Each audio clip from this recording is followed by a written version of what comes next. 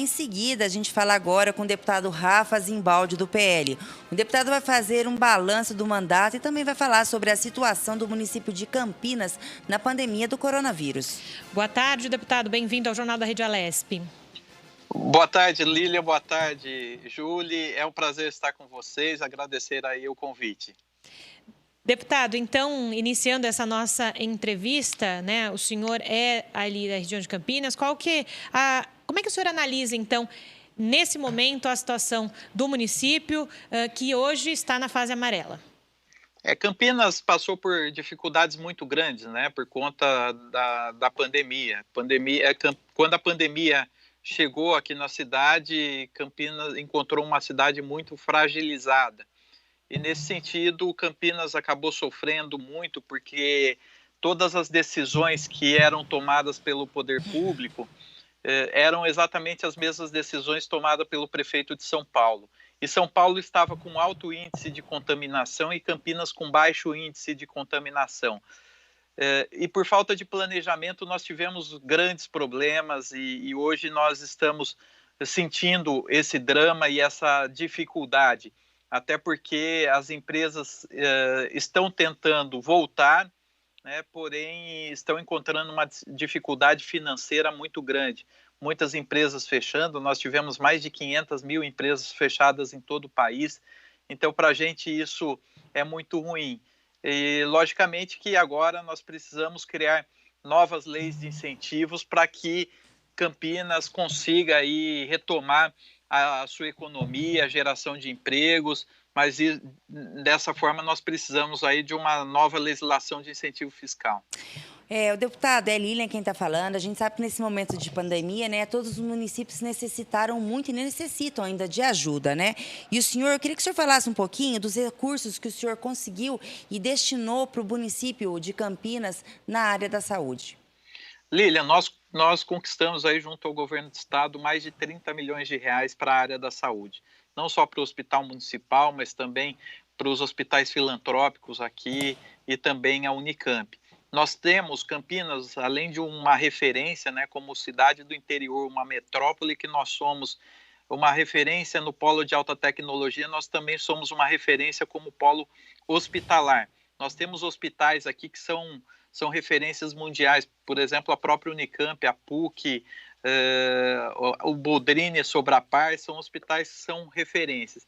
E nesse sentido nós estamos buscando aí, sempre estamos buscando, brigando, cobrando o governo do estado para um investimento maior aqui na cidade, até porque Campinas precisa fazer jus naquilo que ela significa para o estado de São Paulo. Campinas contribui muito em receitas para o estado de São Paulo e Campinas, infelizmente, tem recebido muito pouca atenção. E como deputado da cidade, da região metropolitana, nós estamos cobrando muito o governo do estado, buscando recursos também junto ao governo federal, para que nós tenhamos aí uma atenção e investimento maior, principalmente nesse setor da saúde, que é o setor que mais precisa e está enfrentando uma dificuldade muito grande. Nós tínhamos um problema, né, já antes da pandemia, quando a pandemia chegou também encontrou a fragilidade na área da saúde, foi cancelada, infelizmente, todas as cirurgias eletivas por conta da pandemia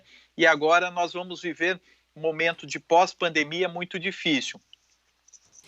O deputado, eu queria que o senhor falasse para a gente qual o senhor acha, na sua visão, né, o maior cenário e o maior desafio que vem em 2021 para o município de Campinas. O maior cenário, o maior desafio é exatamente planejar a cidade, né, fazer gestão pública próxima à população. Gestão pública a gente não faz dentro de gabinete com ar-condicionado. Nós fazemos junto com a população, sofrendo junto com a população. O poder público, eu sempre digo que o poder público precisa ser mais humano, nós precisamos humanizar a gestão pública, até porque nós estamos vivendo, né, nesses 4 meses de pandemia que nós estamos vivendo, só na cidade de Campinas quase 20 mil desempregos, na região metropolitana quase 40 mil desempregos, então nós precisamos buscar incentivos a essas empresas para a geração de emprego, dar oportunidade às pessoas de gerar a economia, para que o município consiga retomar e reconstruir aquilo que sempre foi e o que significa para todo o país. Deputado, falando dos trabalhos aqui na Alesp, né, a gente sabe que sempre chegam alguns projetos aqui, temos o 529 de 2020, da autoria do governo, que fala sobre algumas questões de empresas no estado de São Paulo. Gostaria que o senhor falasse um pouquinho sobre isso. Chegou a reforma administrativa, né? Lembrando que sempre se falar em reforma administrativa, a diminuição de custo do poder público é muito importante. Mas nós não podemos esquecer setores que são também muito importantes, como o serviço público, né? Eu dei uma breve olhada, não me debrucei ainda em cima da nova proposta da reforma administrativa, mas nós estamos estudando, vamos propor emendas, mas, por exemplo, uma CDHU, que é muito importante para todo o estado de São Paulo, embora tenha, ao longo do tempo, tenha perdido um pouquinho a sua função principal, que é dar moradia à população, mas nós temos o Oncocentro também, que é um hospital oncológico muito importante para todo o estado de São Paulo.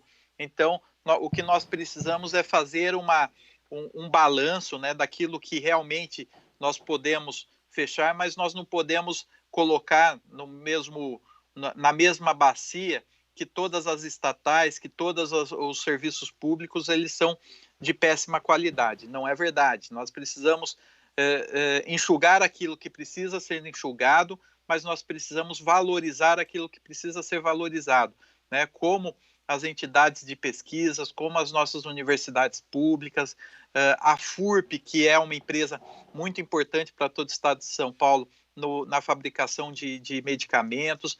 Então, nós precisamos aí valorizar as estatais, aquilo que precisa ser valorizado. E, logicamente, diminuir custo daquilo que hoje não significa para nada para o estado de São Paulo, não tem só produção. Então, é fazer um balanço. E aquelas empresas que não estão cumprindo definitivamente o seu papel, né, que perderam um pouco a sua função ao longo do tempo, mas que têm condição de reassumir esse protagonismo, nós precisamos valorizar, como a questão do CDHU, que sempre foi uma referência para todo o estado de São Paulo, né, a construção de unidades populares para toda a população, deixou uma história muito bonita, e não é dessa forma, né, acabando com o CDHU, por exemplo, que nós vamos resolver os problemas habitacionais do estado.